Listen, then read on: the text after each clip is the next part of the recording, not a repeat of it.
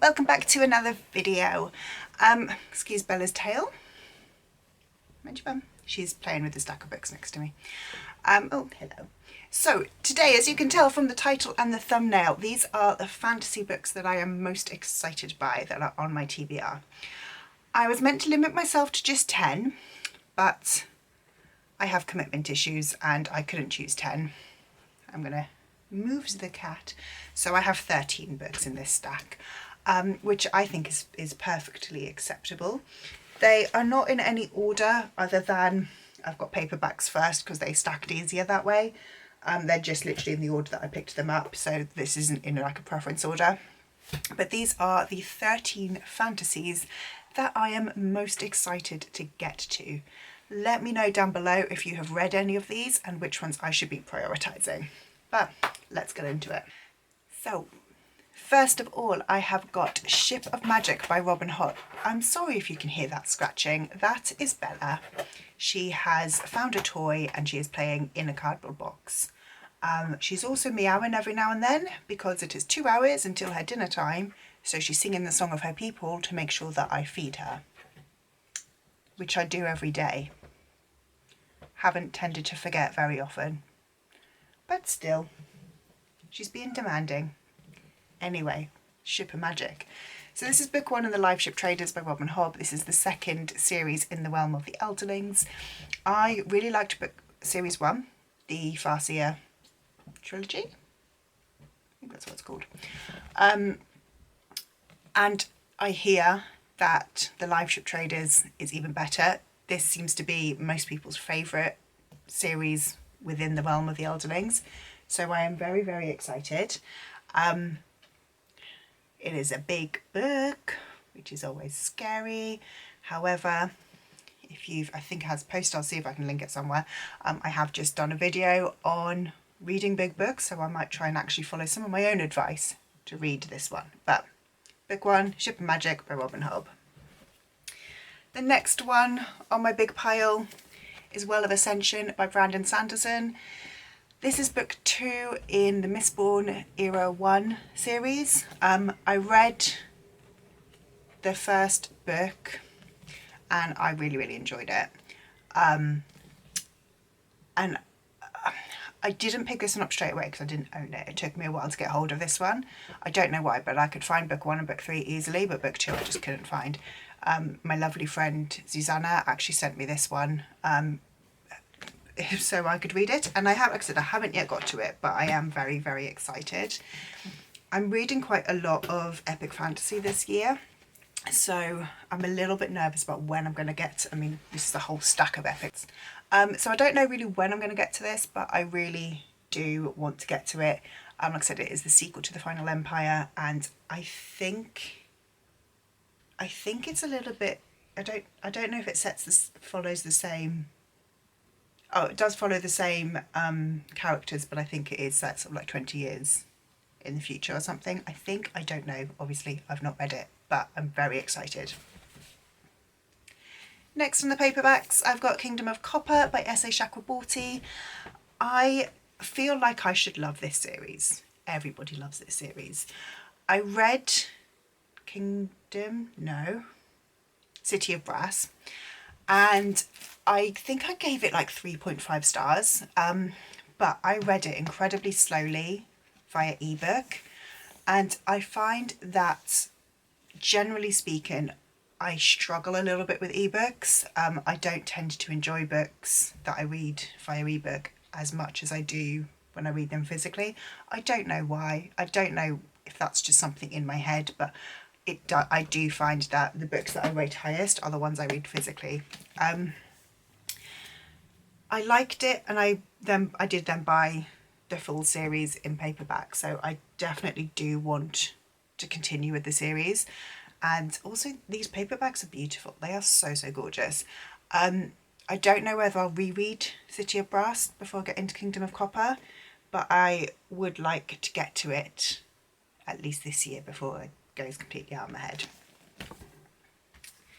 Next, I have got Jade City by Fonda Lee. I feel like this is a booktube fave. Everybody who I know who has read this has loved it, so I am very excited to get to it. Again, slightly intimidated because everybody has loved it and that makes me slightly nervous. But it just sounds so good. I'm so excited. I can't wait. Very hyped. Next one I have got is Vicious by V. Schwab. This is just such an ugly cover. If I like this book, honestly, I'm going to have to go and buy the nice covers because this cover is just awful.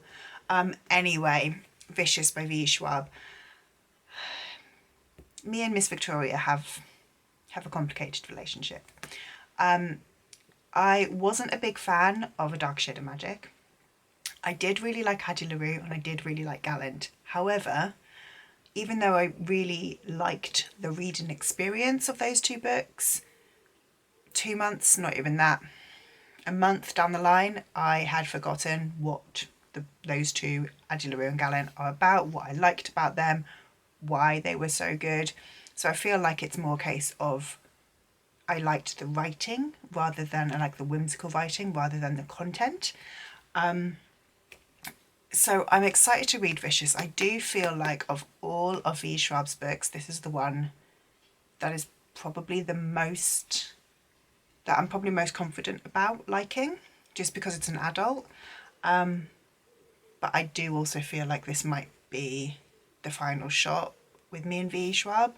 If I don't like Vicious, then I'm probably going to just unhaul the rest of my V. Schwab books. I own this Savage Song and the Dark Duet and her middle grade series City of Bones. So yeah, if I don't like this one, I think I might just say, do you know what, we're probably not going to be friends. But I am excited for Vicious. Now I'm into the hardbacks, and as I look at this pile, I realise that most of them are book box books, which I think is a good thing because at least it shows that the books that I'm getting in book boxes I am genuinely excited by.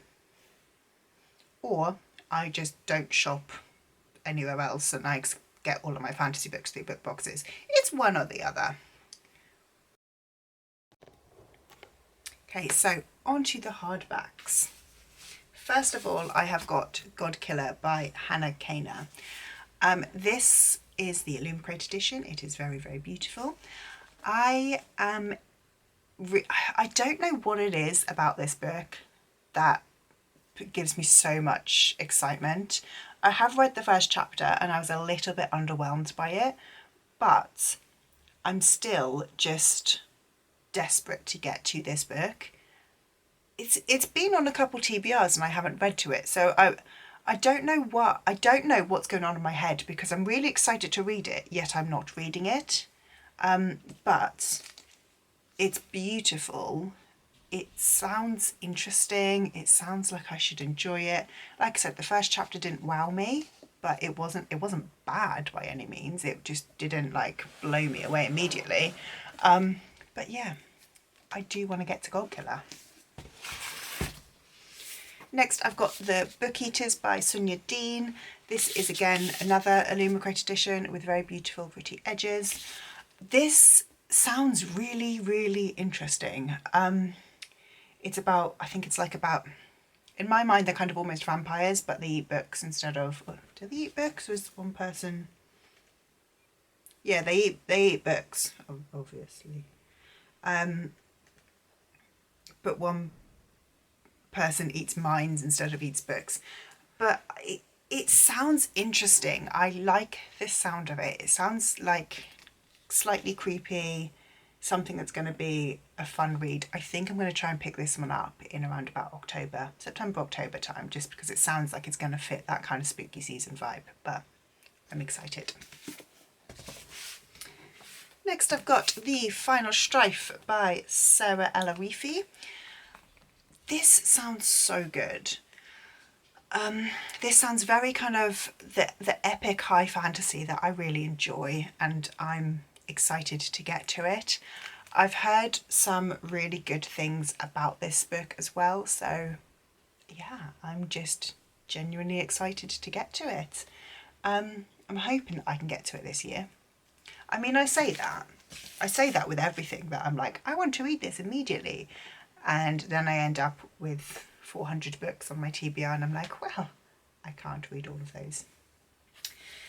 Next, kind of getting into some sequels here. I've got the Atlas Paradox by Olivia Blake. Again, another beautiful Illumicrate edition. This is the sequel to the Atlas 6. I really enjoyed the Atlas 6, and so I am excited to get to the Atlas Paradox. Again, I think this is probably going to be read in September when it's Dark Academia season. For some reason in my head, there's like 3 months of the year where I can only read a specific type of book. I can only read a Dark Academia in September, creepy, horror, things like that, October, and obviously Christmas in December. And I don't know why, because I've got quite a lot of Dark Academia on my shelves, but in my head I'm like, no, you can only read that in September. So yes, I will save it for September, as well as all of the rest of the books. I want to read A Deadly Education, that whole trilogy. I want to read A Secret History.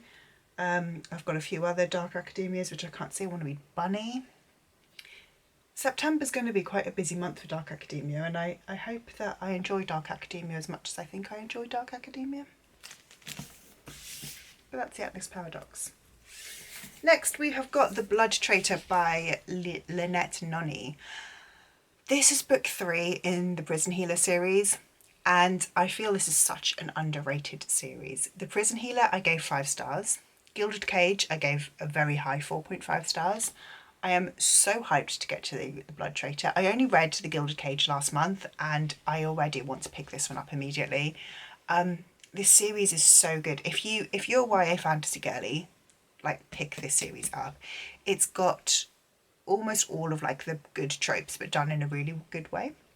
So things like the kind of the trials and challenges. So if you liked the first Throne of Glass book or the Hunger Games, it's got, you know, the magic system is elemental magic, which I love.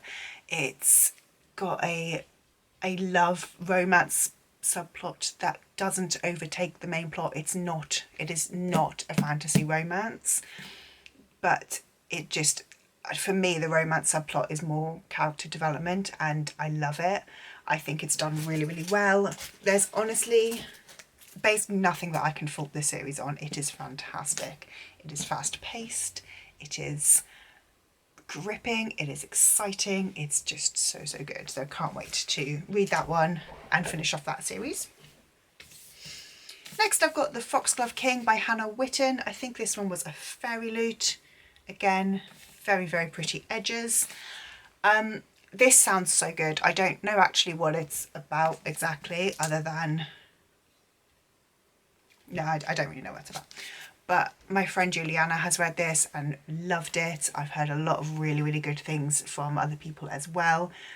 This is very, very high on my TBR. This is probably, of the books that I have got in front of me and I have got left, oh bless you Bella, this is probably the highest on my list. This one or The Blood. These two are probably the ones that I am most excited about getting to immediately. Yeah, I can't even put my finger on why I'm so excited about this one, but I am. It sounds so good. Next I have got A Marvellous Light by Freya Mask. This is the Illumicrate edition. It has got very pretty edges. It's also got this very horrible plastic cover, but I love the idea of this cover, but I hate the feel of it. Because it's like an acetate cover, that kind of like hard plastic. Anyway, this book sounds so good. This is another one that my friend Susanna has recommended and keeps on telling me I need to read it, and then keeps on asking me why I haven't read it yet. And I'm just so excited. I'm really super hyped. The sequel to this one was actually a book club read for my in-person book club in March, but I was away when that book club happened, so because I was going to read this one and then obviously the sequel for the book club, but I was on holiday, so I didn't. But yeah, I'm super stoked. This one, I think it's got a queer romance in it and I'm excited. Cannot wait. And then the final book on the pile is Hellbent by Leigh Bardugo. So again, me and Miss Lee, Grishaverse, could give or take. I think most of the main trilogy Grishaverse, I probably gave them all like between 3 and 4. They're all like 3.5 stars. Six of Crows and Crooked Kingdom, 5-star, favourite books ever, adore them. King of Scars, Rule of Wolves, I liked them, they were probably about 4 stars. Hellbent, I think I gave it 4 stars, I'd want to reread it. Not Hellbent, Ninth House, I think I gave 4 stars, I want to reread it. And I don't know what to think about Hellbent. Again, it's Dark Academia, it'll be read in September because that is clearly the only time you can read Dark Academia in my brain. I don't like this cover. I think the dead bunny is creepy as. I don't like it, but I'm excited to read this one. I don't really even know that much about, oh, I haven't actually even looked inside. Look at those end papers. They're pretty. This is just a standard Waterstones edition. That side as well, pretty. Yeah, I don't actually think I've even read the synopsis.